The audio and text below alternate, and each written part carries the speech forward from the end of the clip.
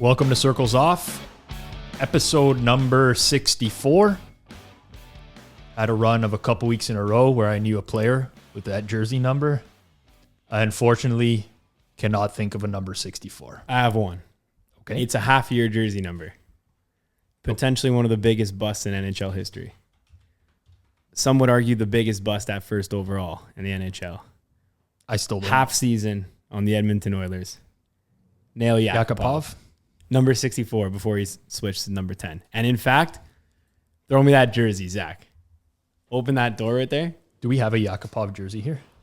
Just, you see it in there or no? Just give me 2 seconds. All right. I did a quick Google search, a Google Images search. Toss that. Mikhail Granlund. Wow, we actually do have a Yakupov. Mikhail Granlund is a 64. Nail Yakupov, number 64. I'm going to put this on. Why do you own that? For the episode. Why do you actually own that? I'm looking at someone with the Miami Dolphins on the offensive line. I mean, these are what we're dealing with here. Once it gets into the higher numbers, it's a little bit more difficult, I think, or like these mid-60s. But yeah, we don't. It is a sweet jersey, though. I've always liked the Oilers colors. Episode 64. Nail Yakupov. Nail Yakupov. What a jersey, man. Picked this thing up on Boxing Day one year. Dirt cheap. Don't even know why I got this, but I believe it was literally too cheap to not buy it. That's what it was. It's kind of funny you guys started doing this because I used to do a podcast like a while ago, and at the beginning of each episode, we would dedicate that episode to a player that wore that number. And we did it like all the way through. We got to 99, and then that was it. Where do you think we got this idea from? It's not a bad idea. Yakupov, Edmonton Oilers. Tag still on. Rob, what's going on this week? I'm getting into football season now because now we start to have the NFL training camps, which is actually, it's good that we're going to do tweets that trigger us for this week. We haven't done one since the episode that aired at the beginning of June. So it's going on 2 full months now without some tweets that trigger us. But I've seen a bunch this week, too many to choose from, about the whole concept of like only the true degenerates, only degens bet the NFL preseason. These are the ones that get me the most. Always happens during spring training baseball. People are like, oh, you're absolutely insane. You're nuts if you bet spring training. You're nuts if you bet NFL preseason. And it's like the lines move way more than the regular season. The edge is much larger. Now, granted, you can't get as much money down, obviously. But people seem to not understand the concept of like line movement. And the larger the line move, the more opportunity that can be had in that market. It drives me crazy. Yeah, fair enough. I mean, another example of this is like just you don't have to make money on the most glorious stuff. Just again, whatever money is made, that's the real winner. If you're making a lot of money, it's good. So the money is the same if it's made on NFL regular season or preseason, and $100 is $100, $1,000 is $1,000. Yeah, it doesn't make a difference. But like when we're talking about preseason, like there's such a major news advantage too. Like you get stuff like if you just read, not everyone in the world has time to read every single news source that's out there, follow every single beat writer and so on and so forth. But when you start to get word that no players on the first team offense are going to play for so-and-so team, that now creates an edge on the other team where you don't even have to have some sort of mathematical model. You just need to be able to process information in real time and go bet it out quickly. It's one of the most simple things to do. We talked about this around spring training for baseball, but where else are you going to find sports where you get like a AA team, a minor league team that's basically dressing against a full major league roster?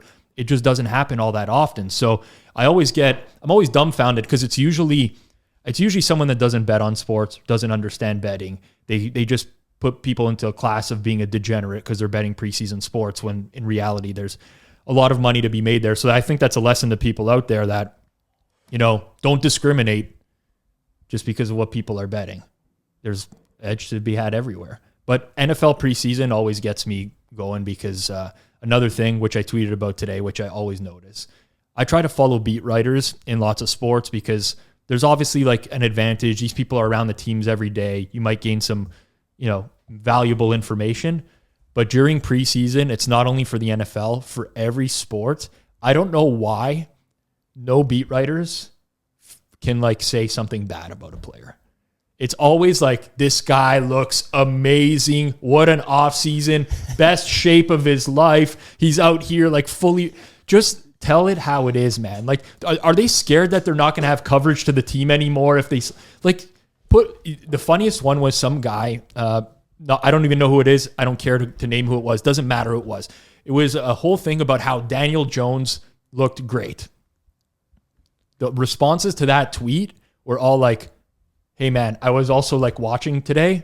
Daniel Jones threw like 5 interceptions directly to defensive back. I've never seen a quarterback play worse. It was just a whole long list of guys that are like, I don't know what you were watching type of thing. And that kind of stuff is like, I wish we could just get to a situation or a point where like I didn't have to dig through about a million things to find out how a player actually performed or how a player is actually looking. I get it. Like, some people just don't want to ruffle feathers. Then just don't tweet, man. Don't straight up lie to me about how a player looked because, you're trying to generate some buzz. Yeah, absolutely brutal. Like, they never say this guy, like they'll do only the stuff that when they say he looks bad is like, this guy came into camp overweight. Yeah. Because that's just like a quantifiable thing that gets released and then they just say that. But they don't actually ever say like, this guy looked absolute trash, dropped 6 balls, and like he's probably going to be cut tomorrow. Well, we talked about it on Charge It to the Game this week on the Monday show. There was a picture that went out and all the media captions on it was like, George Pickens is going to be unstoppable. George Pickens is special, blah, blah, blah. And it's him basically like diving backwards, making this catch above his head back. Well, someone replied to the picture with the video of that catch. He dropped the pass. But that happens all the year with rookies, right? Sky Moore is like the huge buzz right now with the Chiefs, going to be the Tyreek Hill replacement. I'm not saying he's going to have a bad season or whatever. I think the guy will probably be a good player, but like already talking about him like he's Tyreek Hill based off like a couple days in practice where I watched some videos.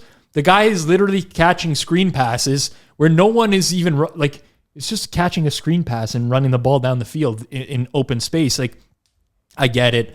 You get a lot of like the rejuvenation stories. Saquon Barkley looks amazing. Christian McCaffrey, so on and so forth. It's like, okay, fine, but I'm like a realist. Like, just give me what I want to be delivered. Real information, stuff that I hate the amount of fluff nowadays in reporting.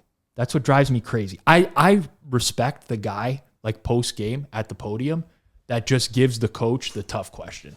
Like, why did you punt on that 4th and 1 at the 37-yard line? And then the coach will be like, oh, this is, and then the guy will go right back in. He'll be like, yeah, but modern analytics tell us it was a bad move. Like, I like those guys that press. They're looking for the truth. They're not there just to big up their career and take a stepping stone and get in good with guys and so on and so forth. I want the truth. But it's like life though. Now, then those guys are just now in a bad spot. They don't want to have him like they're this guy again. Like, I don't want to answer his questions. Like, the press conferences are not entertaining. Like, they're all just now like cookie cutter answers. But that's ask some hard hitting questions. Well, so that's where the balance comes into play, right? Because I agree with you. I don't find I don't want to say any of them, but the vast majority of press conferences are not entertaining because people ask questions that they already know the answer to. To me, that's like reporting 101. If you're going to ask someone a question that you already know the answer to, don't ask it. There are some exceptions, obviously. Like if you're, for example, we're running a podcast and there might be something I know the answer to, but I know 99% of the audience isn't going to or might find interesting, I will ask the question. But for the most part, like, don't ask questions where you know exactly what the guy's going to answer. Like, what good is that? You can put it in your article or whatever. So no, dig, man, find out. Like, that's what the fans want to know. You lose a game on like a bad coaching decision and nobody says anything to the coach after the game. What the hell are these people in the room doing? Someone's got to ask that. And I get it. Okay, it's going to make it tougher for them going forwards. I'm not saying you have to go grill the coach every single game, but like you can ask it in a manner where it's like, hey, man, some people would construe this as a bad decision. Can you walk us through your thought process on it? It doesn't have to be in a way where you're just trying to bury the guy. And the worst part about those questions now is like any of the ones where someone does ask something that's like a little bit more, sometimes you now hear the coach be like, oh, like this guy. oh, what is he talking about? Like, you don't know the game. And it's like, he just asked why'd you not go for it on 4th down when you basically conceded the game by punting, and they just get all cheesed. It is what it is. I'll bring it back to a hockey reference though. I will always remember the Rangers, Brooksy. Tortorella? And John Tortorella, right? Where, like, credit to the guy, he asked some tough questions. Maybe some of them were distasteful or a little bit spiteful as the relationship deteriorated. Get what I'm saying, Brooksy? Yeah, but Tortorella... Get that through your head? Get that through your head, Brooksy. Like, that's what reporting is supposed to be. And, like, that clip will live on forever because that guy did his job. It wasn't one where he just, like, went up there and served up lobbed one up for Tortorella to hit out of the park. So always respect guys like that. We need more of it. We need more of it in preseason. I want the real takes. Biggest respect to during the Conor McGregor versus Jose Aldo press tour versus Eddie Alvarez press tour, when a guy went up in a dress shirt and a tie to ask a question, looking all professional, and then he basically just started swearing and shit talking at Eddie Alvarez, but in the funniest possible way. We'll cut it in to play that clip. Holy man, if you guys haven't seen that, one of the best clips ever within a press conference. He's like, starts with a professional question. He's like, hey, my question's for Eddie Alvarez. Like, you say Conor McGregor doesn't have a gas tank and he's like gonna run out of gas. He's like, but yet in your professional career, you've only been to the 5th round twice. And he starts getting fired up. He's like, and you lost both of them. He's like, why are you talking shit about the greatest? And he's like going nuts. And then basically McGregor steps in and starts. It was a great You want me clip, to play man. it? Sure, if you Go have for it it. up.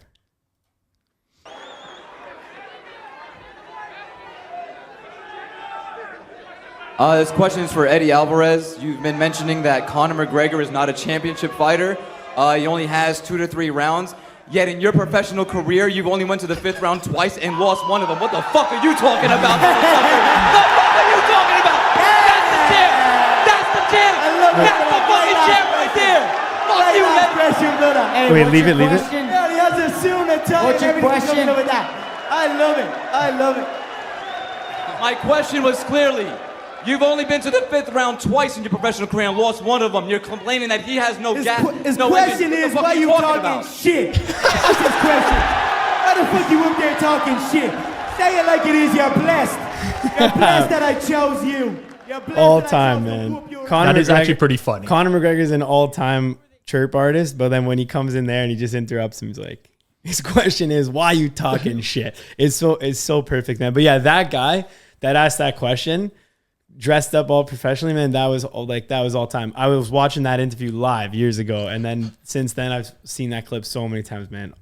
I wish it was okay, obviously that's unprofessional. Yeah. Listen, there's a level. There's a That's level. hilarious, by the way. It's absolutely hysterical, but, like, no reporter who's trying to earn a living is going to come to press conferences and just, break something out like that. But you can ask hard questions. That's the point, right? You can ask hard, and you can deliver, like... That guy was actually that was a fan question, but the reason why it was so funny was because when he went up there, he didn't act like most of the fans are dressed in like fight gear and they walk up. This guy literally had a tie and a shirt on, and he walked up and said, like, my question is for Eddie Alvarez. When you're doing that, it seems sounded like very professional. It was to start. going to be professional, and then he just ripped into him. Yeah. I think the problem, though, becomes with the media people to the coaches and stuff is that you start to mix in opinion.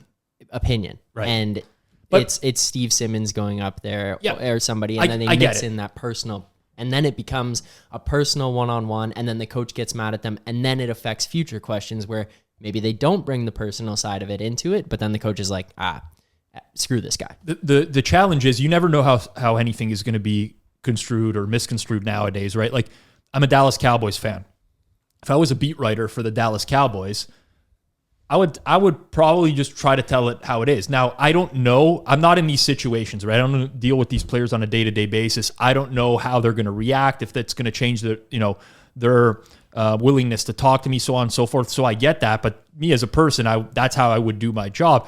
But, like, watch training camp. Tell me who doesn't look good out there. Tell me, like, this guy looks slow. This guy looks like, just people know it's opinion, right? Obviously, you can get the guys like, who are you? Who are you to judge football? Whatever. But, like, people want real news. Like, if I'm following beat writers especially, their goal is not to just big up everyone on the team and like put the team up on a pedestal or a player up on a pedestal. It's to deliver news. That's what they're supposed to do. And even if it's their own opinion, they should just preface it with that. It's like, it's my opinion that this guy hasn't looked great in training camp so far. What's the problem with that? I got to make sports reporting more fun. It's there's that. So those are the two things that have really gotten to me this week. And then it is first week of like NFL preseason, Hall of Fame game coming up. We're getting to like college football swing. So we get the Twitter war every year, which you're not a huge Twitter guy like I am, but I consume all this stuff. I try not to get as involved with it. But you get this week where the majority of the Twitter touts, people who are selling picks, start to release plays, whether that's for preseason games, week 1 NFL, week 1 college football. Then you get the guys who slam those guys are like, I'll never understand why someone would release this edge this early, like wait, try to get more money down. Huge back and forth, people yelling at each other all the time. I never really know where I stand on that one because, you know, everybody's trying to earn and I get it in these different facets. It's frustrating for me whenever like I would like something and somebody gives it out a month in advance when, yeah, maybe limits are fine, but like the market hasn't really matured yet. But I do get the other side of it. Like everybody's in that position as well. So that's always something that fascinates me over the course of the first week of like August leading into football season is just the gambling Twitter community tearing each other apart per usual. Yeah, well, if that doesn't, that always happens now, but then it's basically a full-time thing. That's 24/7. It's true. And it's always, I mean, I'm not here to name names or whatever. No, they don't tear each other apart. It's just like everyone's always like on a specific side, and then like you're on that side. You're on the side of like, you know, screw the steam chasers. And you just keep going on that. But you know what gets me about it as well is these guys don't even talk to each other. They just make like backhanded, like these cryptic tweets about someone else. That's what makes me die of gambling. Twitter evolves over time. Every sort of listen, like I'm involved in crypto Twitter at one point, DFS Twitter. These are these different communities that they tend to evolve. But for some reason or another, back in the day, people used to go to war on gambling Twitter. Just all out assault on one another, back and forth, huge feuds. That kind of still happens now, but it's way more discreet. Like people just tweet shit behind other people's backs. Like you know exactly who they're talking about, but they don't tag them. They don't talk to them directly. Then that person finds out and they don't tweet back. They do the exact same thing. They just do like a backhanded thing where, you know, people who are not in the loop are just trying to decipher. Very interesting community. I always love to discuss the interaction between humans because it fascinates me. Are we want to do tweets that trigger me, or are we going to talk about the old Pinata Picks? Let's do that too. Actually, I forgot about that. I'm glad you brought that up. The most minus EV bets I definitely make over the course of every week. I'll even promote the sportsbook. I don't care because they offer it. So but I at least sign up through betstamp so we can get some. So we can at least support the product. If you're going to sign up at this sportsbook, message us on Twitter. We do betstamp as a company. We do office days Monday, Wednesday, Friday. Wednesday is the day before before each golf tournament every week. We like to throw down as an office. We like the community, you know, the camaraderie, being on the same side. We at first tried to like do our own picks. We tailed one guy in the office, so tailed me sometimes. We still do that. But as a community. So we discovered, I don't know, a couple months ago, we've known this exists. Essentially what this is you get a random golfer in the field at 125-1. So we collectively pool money in the office to do Pinata Picks every week. And we know we know for the most part. There's just a negative hold built in that 100%. They just have on the back end. I'm not an idiot. Pretty high too. I know exactly what they're doing. Like over the long run, they're expected to take a certain amount of hold on each one of these bets. But we still try very hard to create a plus EV position.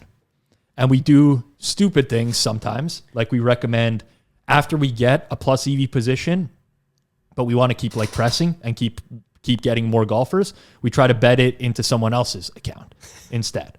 So because we're convinced that, you know, maybe we won't get 2 plus EV positions in a row on the same account. But we did ours for this week, and we built up some plus EV positions. What's the damage this week? We got Denny McCarthy, who's like the 10th shortest odds in the field at 125 to 1. He was our last pull. So let me preface this by saying, first pull, Zach, do you remember who the first one was? Yeah, it was Scott Stallings. Scott Stallings. I'm not in on this, by the way. I usually am super busy in the morning Wednesday morning when these guys run it, but boy, does it seem fun. And usually there's like eruptions if they get someone big. Like, yeah. Johnny's not in on this. He's above this, but he'll spin a roulette wheel in the office against me for money. 100%. And I'll even give him the host edge. It's not that I want to be in on this. I'm usually in meetings on Wednesday mornings when you guys are running this. Oh, I'll tell you this. It's the best. We're all standing around a phone waiting for Zach to hit the thing. We all I just hold my phone out in the middle of the circle and then press it. And it takes like 5-10 seconds sometimes. Yeah. Loads up, and then it just comes up with the golfer's name and a check mark beside them. And then you get the 125 to 1. There was one week. You guys got Morikawa. When you guys got Morikawa. You got Morikawa back-to-back weeks. He missed the cut. Both weeks. Well, when you guys got Morikawa, the office erupted. Like this was they were like huddling up, jumping around. And it was first go. Like it was first Pinata, and we got him and went nuts and then called it. And then he missed the cut. I think Sports Interaction is plus one dime on us so far, if I had to guess. However, we had, so the Scott Stallings we got today, which was, he's roughly, 55 to 1, 50 to 1, something like in that range to win the tournament. Yeah. So already we're plus EV. We could stop there at Stallings because we got him at 125 to 1 price. He's really 55 to 1. We're up. But of course, we're like standing around like a bunch of losers. We're like, no, there's no way we're only going to have one golfer for this week. Let's go. We fired. I have the list. Got some shit. Yeah. The next person that we got. Go ahead. Sorry. Just the next person that we got, Jim Herman. 175 to 1, I believe. Not terrible at that point. And then we go again and we get Austin Smotherman. He was like 275 to 1. Yeah, and that's with the hold. So you know he's low likelihood. So at this point, we're down bad. Yeah. We're like, our portfolio looked good. It's bad. We're going to press one more. Classic like gambling chase type of stuff. Denny McCarthy. Yeah. What is he? 28 to 1, something like that. Yeah. It was. Wow. So all in on the total portfolio, you're up this week. Slightly, maybe. Slightly plus EV. There's got to be like probably a 30% hold on that, maybe more. You know what the worst part about it is? Obviously, when you're betting outrights, huge variance, right? Like we know that. You could build up a great portfolio every week and lose every tournament of the year. That's just the way it is. But we, for the most part, have built up some very good portfolios of just randomness. Well, the one tournament too, we had Sung Jae Im. He pulls out the night before. The next week, did that void or it voided the Pinata? Yeah. But it goes. Good, so this is the run we went on though with guys though. So we had Sung Jae Im pulls out a tournament night before. Next week, Morikawa misses the cut. Next week, Morikawa misses the cut. Do you think Sports Interaction knows? Like Vegas knows? Yeah, I mean, we might have to start fading the Pinata.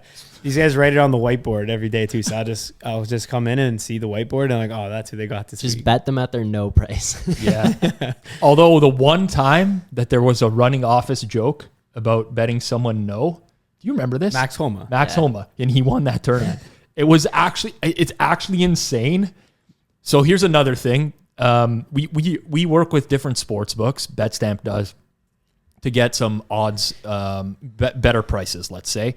And we can put in some recommendations. We're like, yeah, we want better odds on this guy. Like a Betstamp special bet. If you follow us on social media, you'll see that we were able to do this. We're going to make it, it's coming in a big way for September. And we're going to, do this all over. If you're in Ontario, especially, you're going to be getting some great value. We call these Betstamp bangers, where we work with the sports book to get the best price in market on whatever we want to bet. And we were trying to come up with something for golf for 1 week. And someone in the office recommended, let's get a Betstamp banger on Max Homa not to win the tournament, minus 3,000, something like that. And we're all laughing. We're like, imagine he actually wins this week. And Max Homa won that week. I can't believe that's the name he picked. Like, I cannot believe that that's still happening. Wait, did he win? Which one was He it? won. He won the tournament. We were going nuts when we came in the following week. No, I remember. I'm saying, what tournament was it? Was it like one of the ones where he was a big dog, or was it one of the Wells like, Fargo, ones that I think, barely right? even plays in it? I think it was the Wells Fargo. I'm gonna look it up. I'm gonna directly talk to the sports book about turning the Pinata Picks into an actual segment that we're gonna run weekly in the office. We got to get better. We got to get better than the whole they go in though. We can promote it, but it's got to be something better than. It's a great idea. I've done it for like the World Cup before. I'm not gonna lie. It's not my first time doing Pinata Picks. Sometimes you just wanna low money, I guess. Like if you're gonna only put a couple bucks, like, but it's a lotto. It's a lotto ticket. Yeah, I got like a couple banger World Cup ones before. Didn't win. It's just fun to have it as everyone in the office is like riding the one thing. No, I agree. You're riding Scott Stallings this weekend. We're all hyped up over Scott I agree. Stallings. We're gonna be doing a lot more come September, especially, and we'll see if we can even get some NFL pinatas or something. They do them like some of those ones are just frustrating. Like they'll do NFL pinata, but it's like number of points scored by like the Rams in Sunday Night Football, and you get a thing and you get like 4 points. Like, oh come on, right? So you're like you have a number and it's like 58. You're like, oh I'm out. Like they're putting up 58. Yeah, they're not great bets. Like I'm not trying to sell anyone on anything. By the way, 0 paid promotion in this episode of Circles Off. Let me throw that out there. This is just a real conversation right now. But I do like the idea. Like sometimes just get in the recreational mode of like, let me go for a sweat on a long shot. It's like the parlay bettors, right? I'm not doing it too often. If you are going to sign up at Sports Interaction because you do want to bet these, then please just message us or we'll link. If you can use our code and just support the app, helps keep it free. Everything we put out is free. The podcast is free. No sponsors. Everything with the app is free. All the odds comparison, tracking, syncing that's coming, the marketplace, verification. Everything is free, unlike our main competition, GRP Wins. If you guys are on Twitter, then you'll know. Then you might know what that is. But you know what else is free? What? Tweets that trigger us. Everything is free, but message us and please support us. It goes a long way in keeping the lights on here. All right, tweets that trigger us. I don't know what we're yelling about. I've never seen you mad. I get peeved. Why are you in such a bad mood? What do you care? It's only a game. Why you have to be mad? Okay, this week I got to tell you a story. Okay. As we start this, people at home who are listening, watching on YouTube, please hit the subscribe button if you are watching on YouTube. Tweets that trigger us. The way we usually do this, we go through Twitter. People use the hashtag. Some people DM us directly. We store all these tweets in one place. We haven't done this in a couple months. Some people are going to be like, wow, there's only 4 tweets in this week's tweets that trigger us. 4 of the ones that were tagged got deleted, bro. Yeah. People deleted the original tweet. And we didn't screenshot them? No, because I'm an idiot and I just kept all the links. So I'm clicking these and they're deleted. Yeah, it's on me as well. I just I just assumed they wouldn't get deleted. Like I assumed, they'll still be there. We got a screenshot. One of them Yeah. was just the most overcooked steak ever. It was a picture of a steak that someone tagged, which was so funny. It was such an overcooked steak that it actually triggered me. Nothing to do with gambling? Nothing to do with gambling. Which, listen, why did he delete that? Maybe he got so much, like he probably got roasted so much for that. Listen, if you like your steak well done, to each their own, I get it. This wasn't even this was beyond well done. Like, and it was one of those tweets where it's like, oh, like sitting down for amazing dinner. Like one of those where they thought they were posting like a hero picture. And it was just an overcooked steak? Yes. I will say we do also get a lot of duplicates. These ones were the most duplicated ones. So we'll get into them. Let's go, Zach. All right. Number 1. Dinger Tuesday tip. I should say this is from Promo Guy. Promo Guy MI. I don't know if that's Mississippi, Michigan. Yeah. Oh, I know this guy. Am I ripping one of your friends or something? No, I don't know him that well. This is not even ripping the person itself. Again, this is just going back to the tweet and why it's aggravating. If your bankroll isn't large enough to follow along, which is totally fine, crazy high variance on this promo, consider betting your Dinger picks, Dinger being a home run, to record 2+ total bases instead of a home run. Bet a unit or so and avoid the FOMO. So this guy's giving out picks on who's going to homer on any given day, okay? Which he's right. They're high variance picks. Typically, you're betting plus 300, plus 400, some on the best players, sometimes much higher up. The challenge is when you're telling somebody, oh, if you can't bet them to homer, just go out and place this other bet. It's not apples to apples. Like, it's the assumption that somebody is going to... I'm sorry, guys. Zach just sent me from behind the counter the pic of the overcooked steak. Oh, he found it. He found it. Guys, put this up right now. I've edited in after if you can't see it. I can just put the steak. Hilarious. I'll put the steak. Just put the steak. Forget about the tweet, man. This is the steak. Yeah, this is the one. How did you get this, Zach? You actually took a picture of it. Yeah. I don't know. I just went through and was able to find this. But I can't find the original tweet. I don't know why. Yeah, it's deleted. The original tweet is deleted. The original tweet's deleted, but it still kept the photo. That's all we need, man. This is actually like, I don't even know what is this. The thing is, he ate so much of it already, but yeah. I made that for dinner today. Like, this guy was chewing for over under 60.5 minutes of chew on this steak. He's got the strongest jaw ever. Honestly, I completely couldn't hold myself in. I hate interrupting people. Like, I listen to so many podcasts, and I it's such a bad experience when someone interrupts the other guest. But I couldn't not, man. This is the funniest I'm glad he found it. I'm glad he found it because I was really upset for a while about not being able to see this. And yes, the original tweet, it's gone. It's not there anymore. Yeah. But it was like, I think it was like a bunch of smiley faces, made great steak today or something like that. I couldn't remember specifically. This thing's like legitimately has fur in the inside. To each their own. Like I said, there's people out there that will like a nice, well done, overcooked steak. All right. Sorry. Back to the thing. Apologies to all the listeners for me interrupting there. No problem. I just want to get it across that, like, those are very different bets. If you tell someone, oh, don't go out and place this bet on someone to make a home run, but just go bet them to make a double, those are very, very different things, depending on the player. Like, there's, for example, someone who has absolutely no speed as a player, right? You're betting them to hit a home run because if it clears the wall, it's gone. It doesn't matter how fast they run the bases. Now, if you're telling them to just go bet a double instead, it's much less likely that they're going to do that. Now, sometimes that's directly priced into odds, but it's no different than me saying to you, oh, like, I think this person's going to single today, but, if you don't want to bet the single, or if you want to sprinkle a little bit more, bet them to hit a triple as well. Those are very different things. The distribution for each player is going to be very different, dependent on a number of different things. So I think that's just really bad advice for someone. Like, either you have the bankroll that can sustain that variance and you're willing to lose in the long run. Don't just advocate for a different bet on anything like that someone makes, right?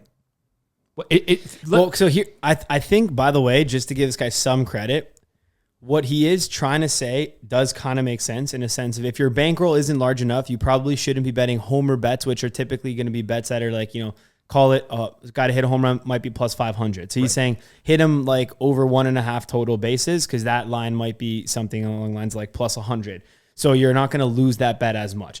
That is what he's trying to say. Obviously, it's very incorrect in terms of the recommendation. Right. But the overall arching premise is that 100%. If your bankroll is not big enough, don't be dunking plus 1,000. Totally, or betting them for.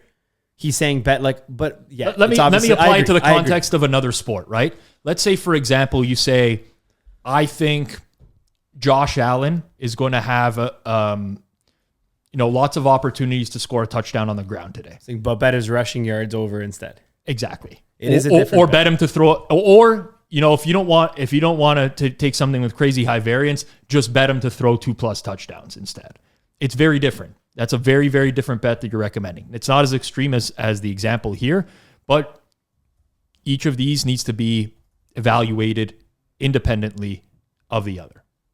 Number 2, Zach. God, this steak is hilarious, by the way.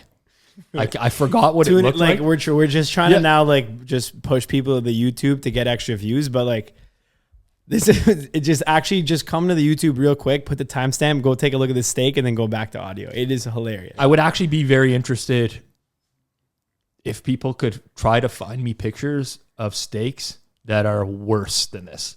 Like the cook is even worse than this. Please tweet it at Rob and CirclesOff. I would challenge somebody to do that. Could post the link in the YouTube comments too if you're online. This is absolutely terrible. This was a banger, a doozy of a thread right here.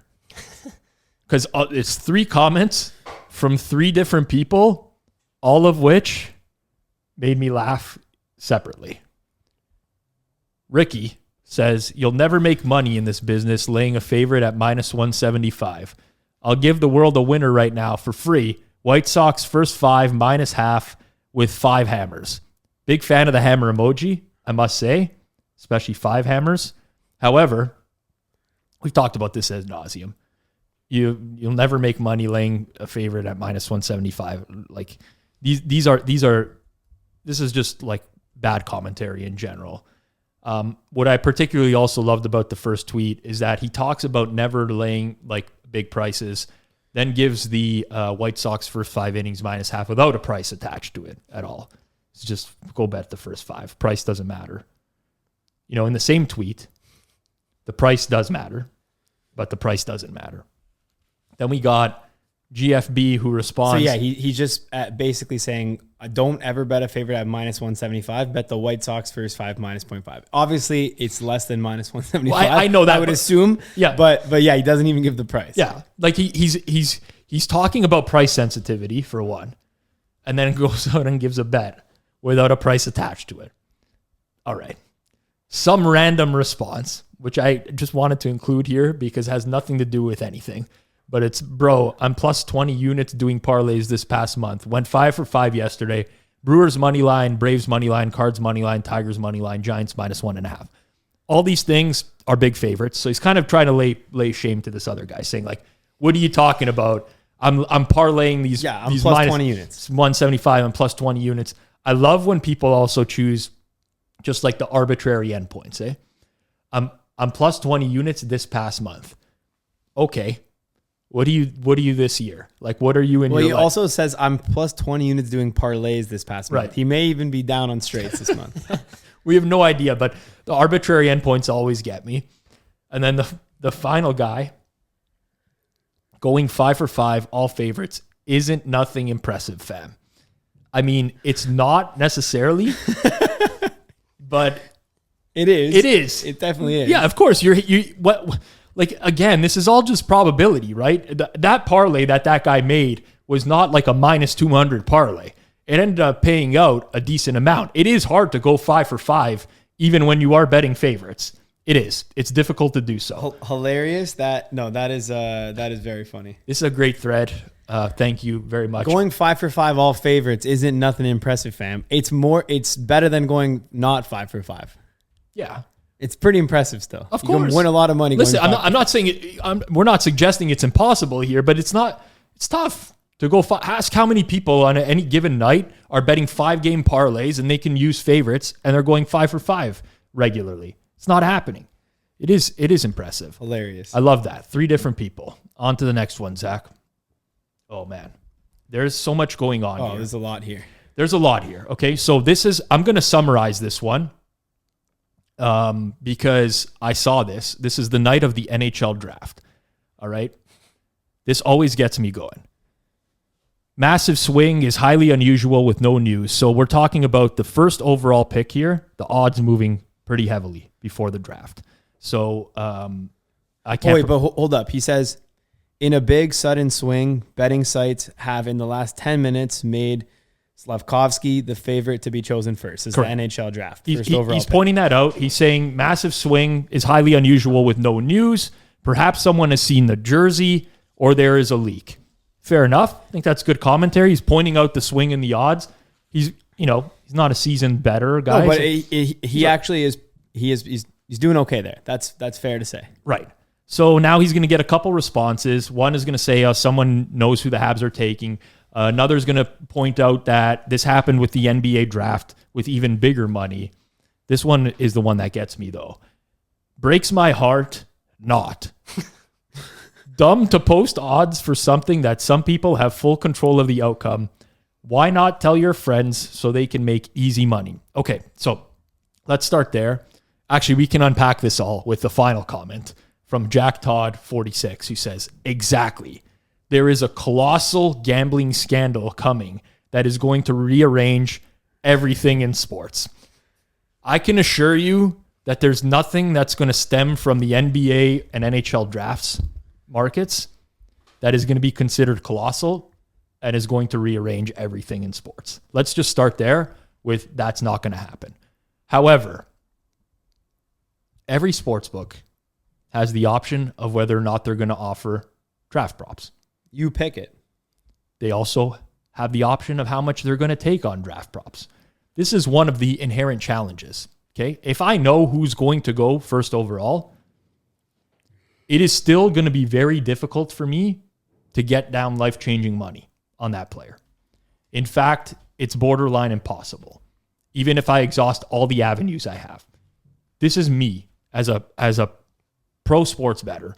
If I reach out to everyone in my circle and say, this person's going first overall, let's get him, and we collectively, we got to do splitting and so on and so forth, I'll make some good money. It'd be easy money or whatever. But I am by no means going to put a sports book out of business. There is so much. You would also make most of your money spread across all different sports books Exactly. and different accounts. So you're going to make no one single sports book will be responsible for probably even more than 10% of your winnings. Agreed 100%. Second thing to take into account here is that there's tons of recreational money that's going to go into betting the draft as well. People who have absolutely no information, they think that they know better than, oh, this is dumb that this guy is moving first. There's no way the Habs are going to take whoever first overall. Not Shane Wright. There's no way Paulo Banchero is going first overall. And they're going to continue to bet into a market because they don't know any better. So, breaks my heart not is one of the funniest, by the way. Breaks my heart. Not. Dumb to post odds for something that some people have full control of the outcome. The amount of exposure from the sports book is so small. It's really tiny in the grand scheme of things. And there's so much recreational money to offset it.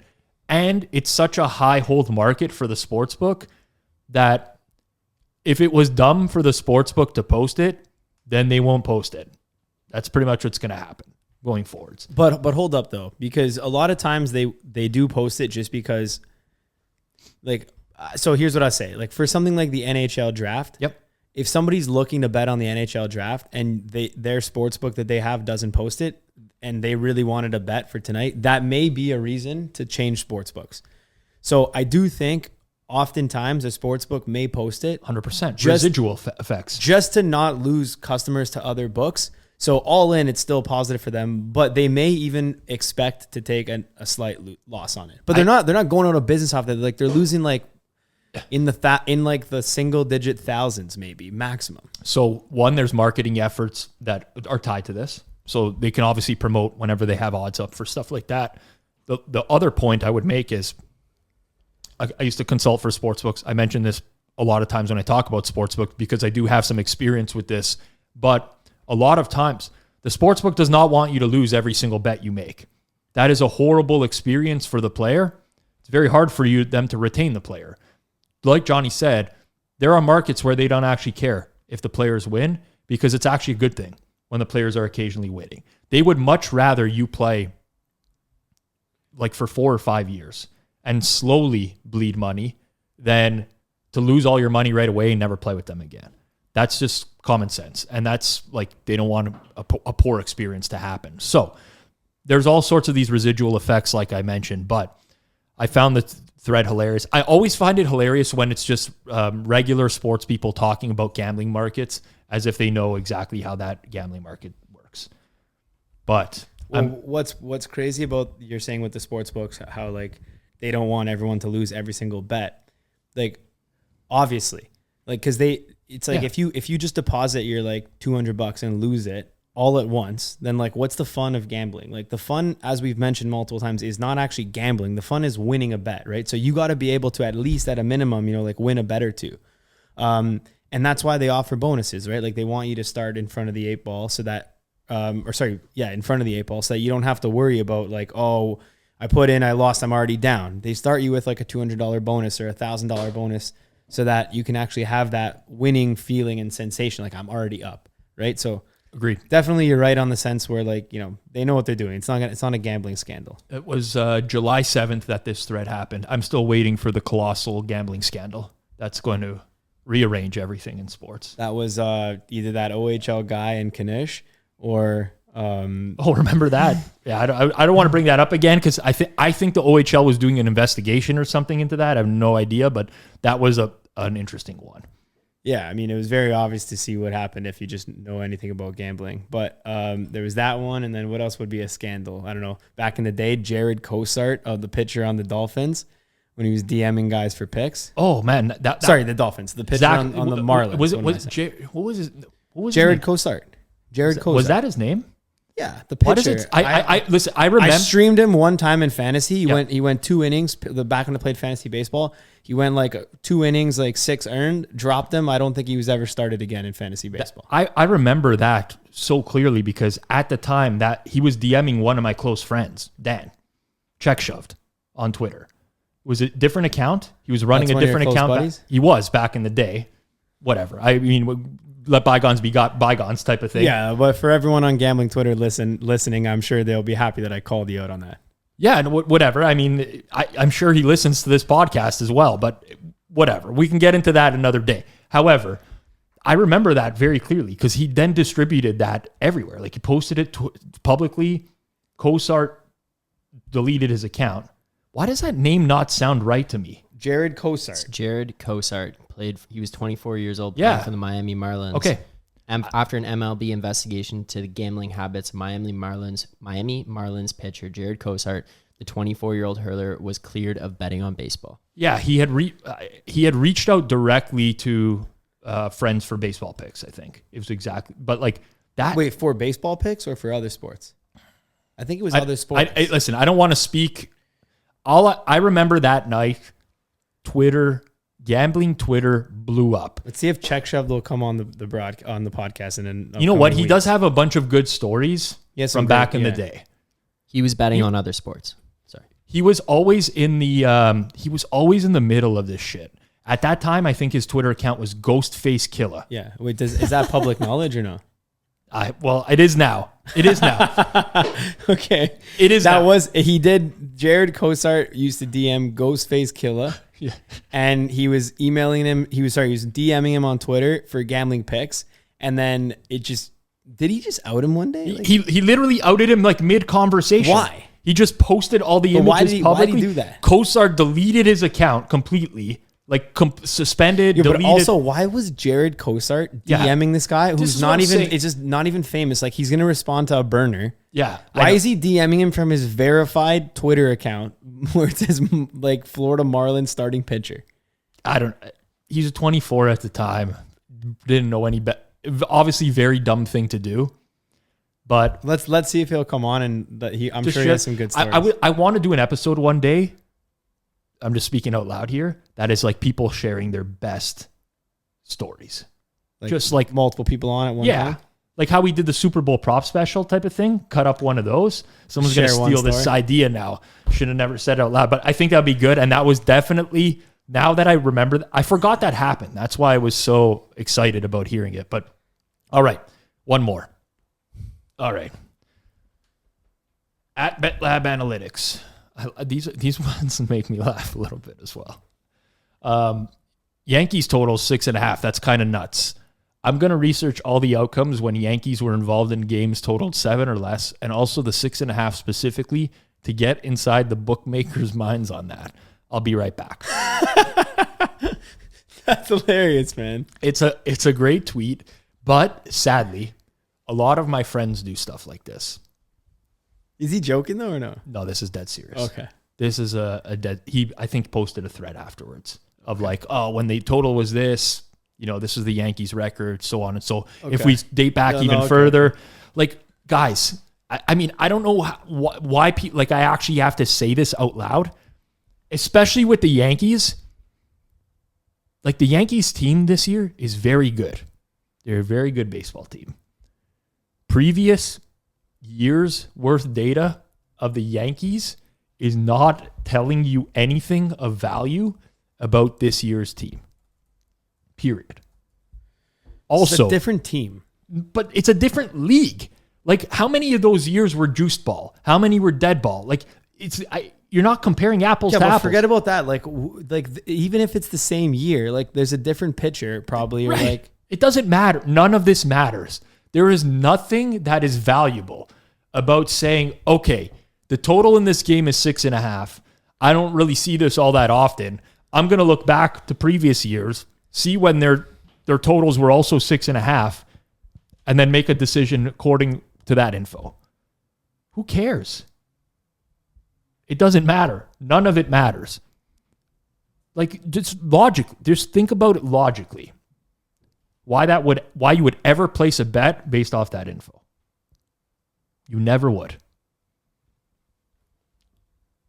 But what I particularly love, I'll be right back. That's the one. I'll be right back is great. But I also love to get inside the bookmakers' minds on that. As if the bookmakers know something. They know that they're posting a 6.5 here and that people are going to bet it one way or another. It's going to get inside their minds. This whole tweet is so well crafted that I honestly, this is like a Hall of Fame type of tweet. It's like a hidden gem, and it just ends with "I'll be right back." Like, he would post that. Like, we're all anxiously waiting, and he's gonna, like, are people now glued to this thread for 5 minutes? Have a lot of followers or no? No, I don't know who this is.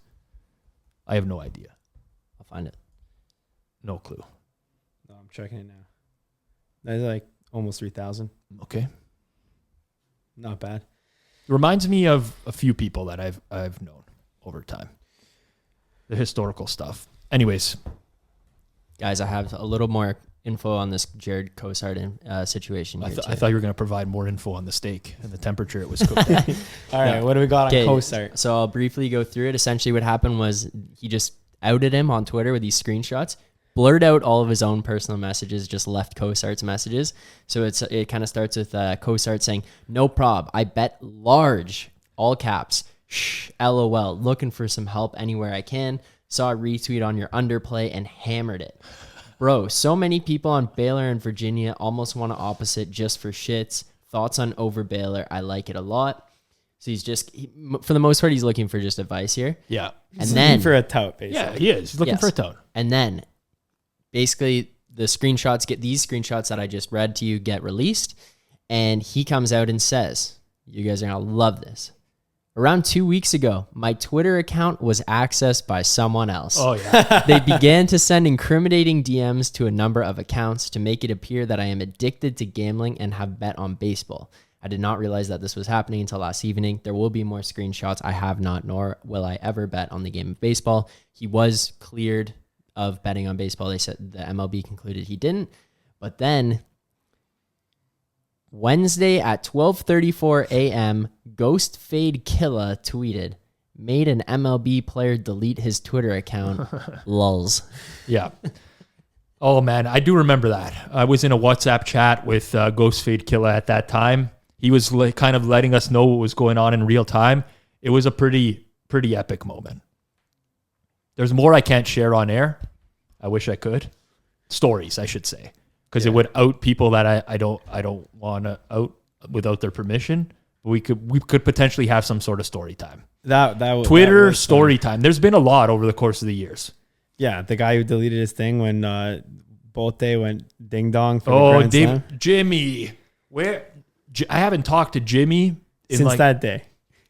I have on WhatsApp, but he held true to that. David Bote murdered me.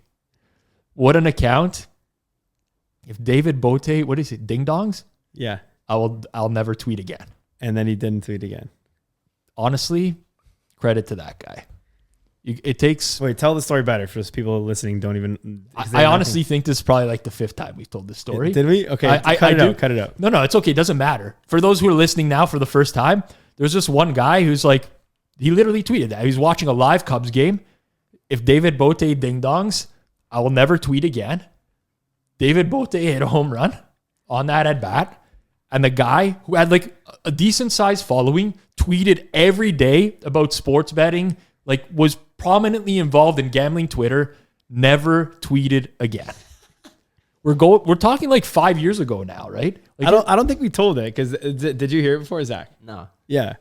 I don't think maybe it was with our previous producer. Maybe back in the day, but no, I don't think we told it. Yeah, he legitimately never tweeted again, and you could still access his account. That's hilarious. That's his last tweet. It's sad. I'd love to get him on to tell that story. Like, I don't know what made, like, does he regret it? That's what I want to know. Does he regret? He obviously had a massive bet on the Cubs and needed it. Of course, he used this one time. Yeah, he hit his one time. He hit his one time.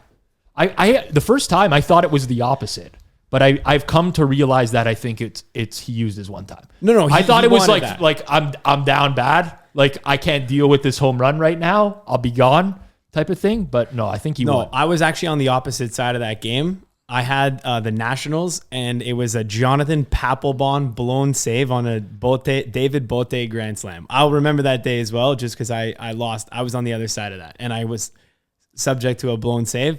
But it made it a little bit better, at least that I saw that off the Twitter, and I realized, it is what it is. That's a fun thing. Jonathan Papelbon is one of the most interesting characters ever.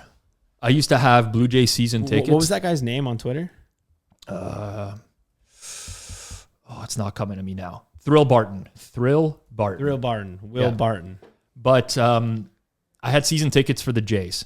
First row behind the bullpen.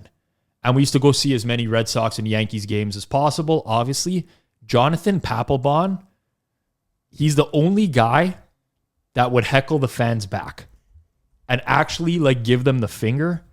He was actually the best. Like, if you're into a game and you're ripping someone else in another bullpen and the guy just puts up his glove and gives you the middle finger in the middle of the glove and starts giving it back to you, I have mad respect for players like that. He also, for some reason or another, don't know what's going on, would always reorganize the Gatorade and water bottles in the bullpen from smallest to largest. I don't know why I picked up on that. Always. Used to drive him bananas. It's true. If somebody put like a water bottle down that didn't fit the pattern, he would go and move it. Didn't he fight Bryce Harper in the dugout? He did. Yeah. Guys, unfortunately, I know we're talking about Papelbon. I'm sadly mistaken. It was a Ryan Madsen blown save. I just pulled up the game. I found his Twitter, by the way. He's liked tweets, so he's still active. He goes on there, but he's never tweeted again. So that day was 2018, 08, 12. Yep. So almost 4 years. Yeah. It was 3-0 Nationals going into the bottom of the 9th, and then it was a pinch hit, bases loaded, David Bote grand slam. And he renamed the account to David Bote murdered me, Right. Deceased, and he puts the date and he goes, cause of death, homicide, assailant, David Bote, weapon, baseball bat. Please post almost that 5,000 likes on the tweet. That is one of the most epic gambling Twitter moments. I mean, I wonder, he's got to have a burner though. Let's be real. Okay, but prior to that though, oh man, this is funny, man. If you dig, so that was at 10:59. He tweeted that. At 10:53, he tweeted, "Schwarber, big boy, ding dong here," and then he quoted and said, "Please." And then he went with the, "If David Bote ding dongs here, I will never tweet again for the rest of my life." And he did, and he never. Wow, at least under this account. I've met this guy before. Yes. I've went out to dinner, drinks with him in Boston, at a Sloan. Do you have his number? Or I do. Okay, text him and see if he will come on the pod to recap that day. That's a good thing to do. Oh man, that would be. All right, we've gone on way too long here. All right, for those watching on YouTube, please subscribe, hit the like button. Commentary. We're looking for a commentary on badly cooked steaks. I'm also going to see if I could get this person on that cooked that steak. I need to know more about that person. At least have some interaction with them so that I can know more. As we get on for the rest of August, we'll have a little bit more football preview coming up. Some guests. It's going to be... Provided absolutely zero betting knowledge today to anyone here. So I'm sorry for wasting your time, but I hope you still enjoyed the rest If of the you're in episode. Canada, sports interaction, Yeah, pinatas, pinatas. tweet us your screenshots. Thank you. Have a good one.